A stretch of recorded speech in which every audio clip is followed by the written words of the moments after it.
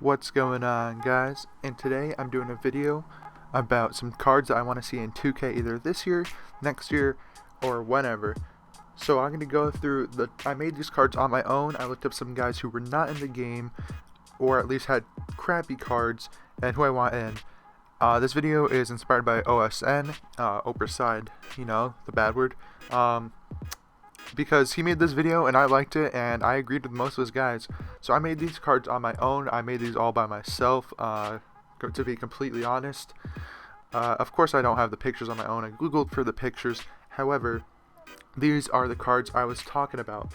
First things first, I don't see the ratings right now because the cards are currently very small. However, I do know the color and the general range of the cards. So let's start from the number 10 and go on up for the least likely to be in it, or the least favorable, and go up to what we want to see the most, or personally I want to see the most. First things first, there's a couple guys I didn't put in here that are pretty severely missing from 2K, such as Reggie Miller and Chris Webber, because both of them opted to not be in 2K. And spoiler alert, I did put Charles Barkley in there, even though he doesn't want to be in it unless he gets paid, because Barkley is actually on one of the teams in the game. He's supposed to be on the 85 Sixers, by the way, but he opted out of it, so that's why I felt the need to put him in. Anyways, let's get started. At number 10, I put Tom Chambers. Tom Chambers is a very good player overall for his career. He had about 20,000 points, I believe, and he was just a very good around player. I don't remember what season, but I put him on the Suns, and I gave him a solid 90 overall, or something related to that rating, as I feel like he deserves this. He was a very good scorer. He was an all-star MVP one year, and overall just a great guy. And I used him in 2K15, and he was very fun to use. His shot was very slow, but in general he was a very fun player to use. Next up at number 9 is Rashard Lewis, and this is back when he played with the Seattle Supersonics. I believe this is the 2007 edition, and I put him at an 89 overall, or an 88. And even though he does have a card in the game, I believe as a throwback, it's not very good. I believe it's when he's on the Heat, and truly that wasn't when he was at the best. He was at his best on the Sonics and even on the Magic. So I gave him a pretty high rating, as he's a very good scorer and I like to watch him. Kind of unusual. It's 6'10" power forward kind of guy who was a very good shooter. He was also a small forward, but a very talented guy, and I liked him a lot. Going at number 8, he does have a card as well, but it's not his best card, and that's Jermaine ONeal. Jermaine ONeal has, I believe, his rookie card, or a very young card. Actually, it's not his rookie, it's like his 4th year, but very young card for the Portland Trailblazers, and he's not that good in that game. He might have a throwback Thursday, I'm not positive, but nothing really that great. Anyways, I put here Jermaine ONeal when he played on the Pacers, I believe the 04, and I gave him a solid like 90 or 91 overall, because this was the year he was a very good scorer, and he was a very good rebounder and defender at this time. Really good for those Pacers teams before he got injured, and that whole Malice in the Palace happened, but he was a very talented player, and I'd love to see him in 2K, especially with a prime card. Moving on to number 7, Antawn Jamison. Now this was Antawn Jamison, I believe in 2008 or 2007 when he played for the Wizards, and he was one of the best players in the league at that time.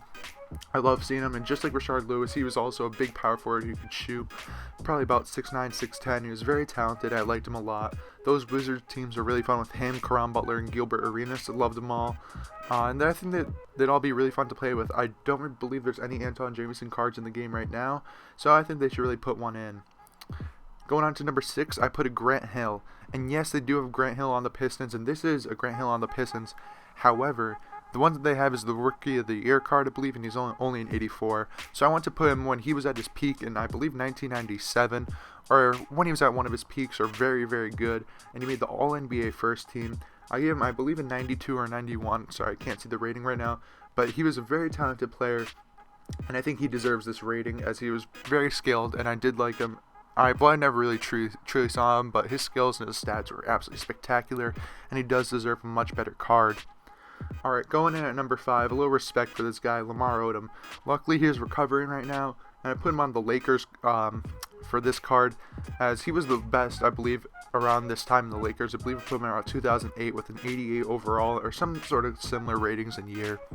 He was very talented at this time. I remember when he won Sixth Man of the Year, I was really surprised because I always thought he was a very solid starter, but he was actually a sixth man for most of the time there in Los Angeles. I could have done Clippers as well, as Clippers was he was very good then. He was never an all-star, but he was a very good player in his time, and he was one of my favorite players to see. Because, I mean, the guy's 6'10", 6'11", he's a power forward. Wasn't a great shooter, but he could do absolutely everything on the court.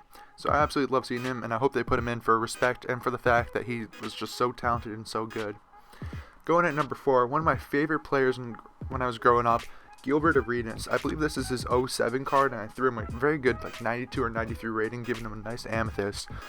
Of course, Gilbert's off court issues with, bringing the gun to the locker room. However, Gilbert was a very talented player and very good. And, there's other things people complain about, like his massive contract, the 6 years, $112 million or something related to that. However, I did like Gilbert a lot, and he was a very talented, skilled player. He was the cover of a 2K, I believe 2K8, or he was Live 08. It was sometime around that time, and he was very talented. He was one of my favorite players, one of my brother's favorite players, just because of the pure scoring. He was very talented, and he was just a great guy to watch. Alright, going on to number 3, I mentioned earlier, Charles Barkley. So as I said, Charles Barkley isn't going to be in the game unless he gets paid for it. Apparently that's what he says. I don't know, but he deserves some sort of card. Now, this card is not the one that was on the